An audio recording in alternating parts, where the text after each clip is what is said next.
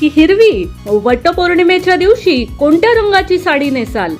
बघा साड्यांचे रंग आणि त्याचं महत्व.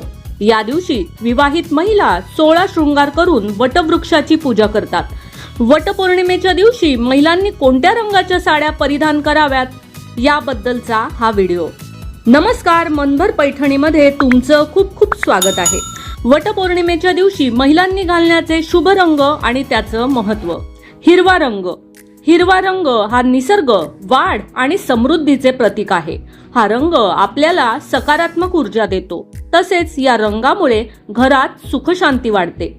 लाल रंग. लाल रंग हा सौभाग्य, प्रेम आणि ऊर्जेचं प्रतीक आहे. हा रंग पतीच्या दीर्घायुष्यासाठी अत्यंत शुभकारक मानला जातो. पिवळा रंग. पिवळा रंग हा ज्ञान, आनंद आणि समृद्धीचे प्रतीक आहे. हा रंग धनधान्य वाढवण्यास मदत करतो. तसेच या रंगामुळे एक प्रकारे सकारात्मकता येते. केशरी रंग. केशरी रंग हा उत्साह, धैर्य आणि शक्तीचं प्रतीक मानला जातो.